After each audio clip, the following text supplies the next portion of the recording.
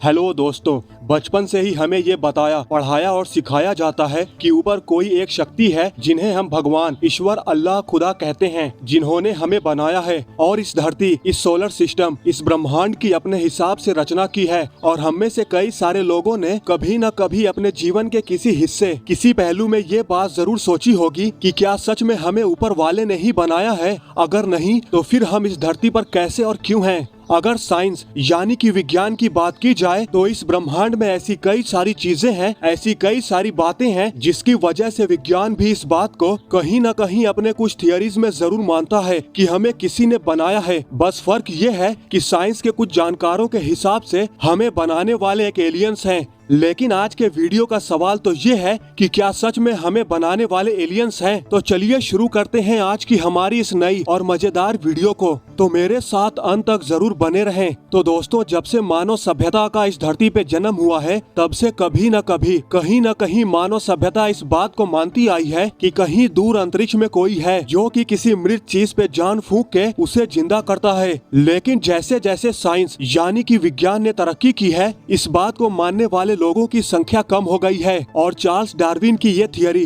कि इंसान बंदर जैसे दिखने वाले होमो सेपियंस से इवॉल्व यानी विकसित हुआ है, इस बात पे भी कई सारे लोगों को यकीन नहीं है। और शायद यही बात इस शक की वजह बनी हुई है कि हम कहां से आए हैं। क्या हम वाकई में इस धरती पे ही जन्मे हैं या फिर हम कहीं और से आए हैं? हमें आखिर किसने बनाया है? अरसों से वैज्ञानिक इस बात का पता लगाने में लगे हुए हैं कि आखिर ये ब्रह्मांड, ये यूनिवर्स बना कैसे। लेकिन बदले में उन वैज्ञानिकों को इन सारे सवालों के जवाब के बदले में केवल और ज्यादा रहस्यमयी सवाल ही मिले हैं। लेकिन इन सारी चीजों के बावजूद साइंस के कई सारे फैक्ट्स और थियरीज हमें इस बात का कहीं न कहीं यकीन दिलाते हैं कि हमारे पृथ्वी में जो जीवन है, कहीं न कहीं उसे बनाने वाला कोई तो ऐसी चीज है जो कि अति बुद्धिमान है और उसमें इतना सामर्थ्य है, उसमें इतनी क्षमता है कि वो ब्रह्मांड के एक कोने से दूसरे कोने तक जा सकता है या फिर सफर कर सकता है। और उसने ही हमारे ब्रह्मांड में जीवन भरा है। और इन्हीं सारी बातों ने हमारे ब्रह्मांड के ऐसे कई सारे थियरीज हैं, उनको जन्म दिया है और उनके सच होने की गुंजाइश भी हो सकती है।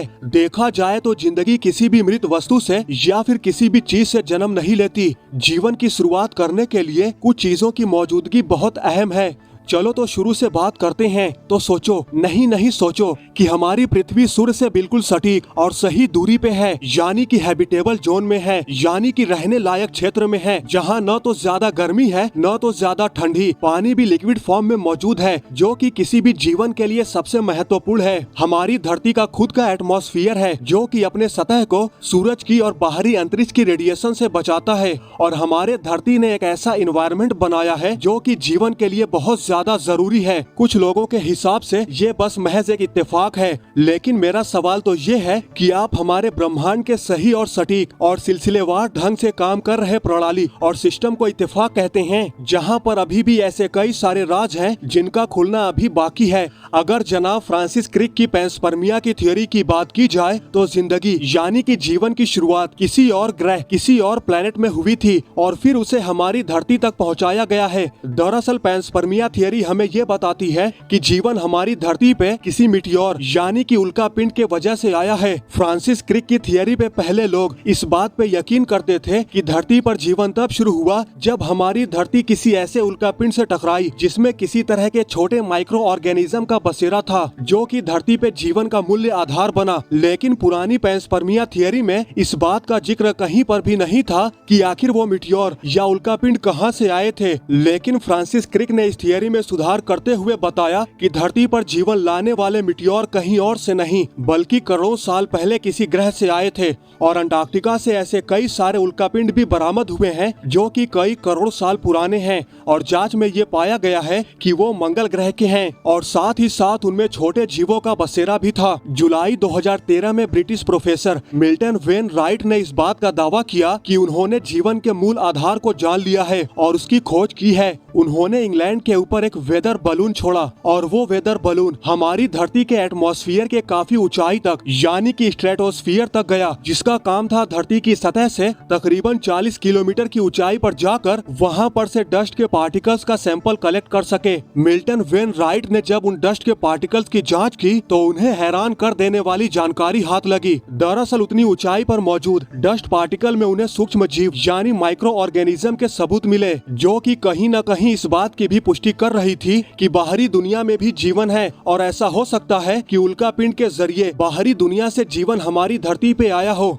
चलो इसके अलावा अगर बात की जाए तो हमारे शरीर का तकरीबन 3% डीएनए ही हमारे जीनोम के 22,000 जीन्स को बनाता है और बाकी के 97% जो हमारा डीएनए होता है वो इस्तेमाल में नहीं आता और वो बर्बाद हो जाता है, खत्म हो जाता है। तो शायद एक तरीके से उन 97% डीएनए में उस विधाता की जानकारी हो सकती है, उस विधाता से जुड़ी हुई बातें हो सकती हैं जिसने हमें बनाया है। लेकिन यहाँ पर सवाल तो ये है कि कब हम वो जानकारियाँ निकाल पाएंगे और क्या हम उस काबिल हैं कि वो जानकारियाँ निकाल पाएं। दोस्तों 2003 में एक स्वीडिश फिलोसोफर निक बॉस्ट्रॉम ने अपनी एक थियरी में अपनी एक सोच को आगे रखते हुए कहा कि ये हमारी दुनिया और कुछ नहीं बल्कि एक कंप्यूटर सिस्टम के अंदर हो रहे कंप्यूटर सिमुलेशन है। और हाल में ही इस बात का समर्थन करते हुए इलॉन मस्क नजर आए, जहां पर उन्होंने ये बात बोला कि हम इमेजिन कर सकते हैं कि हम किसी कंप्यूटर सिस्टम के अंदर हो रहे सिमुलेशन में रह रहे हैं और उसका एक हिस्सा हैं और हमारे आसपास में जो दुनिया है वो एक होलोग्राम है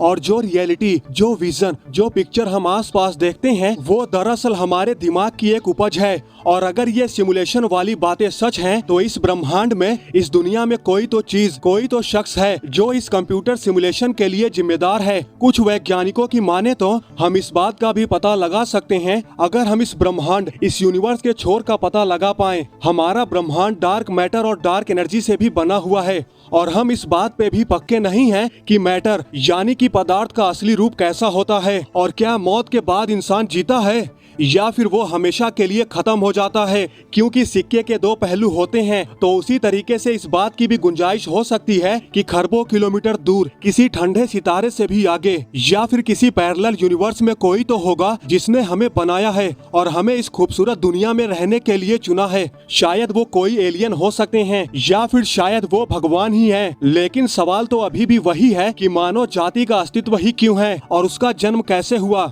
तो चलो दोस्तों, इसी के साथ आज की ये वीडियो यहीं पर खत्म होती है। अब क्या है ना, वीडियो को थोड़ा हट कर बनाने की कोशिश की है। उम्मीद करता हूँ कि आपको हमारी ये वीडियो जरूर पसंद आई होगी। तो ज्यादा से ज्यादा लाइक करें, इससे मुझे पता लग जाएगा कि मेरी वीडियो आज सफल रही। और हाँ, आप आज के वीडियो के बारे में क्या सोचते हैं उसको कमेंट करके जरूर बताएं। तो मिलते हैं नेक्स्ट वीडियो में। जय हिंद।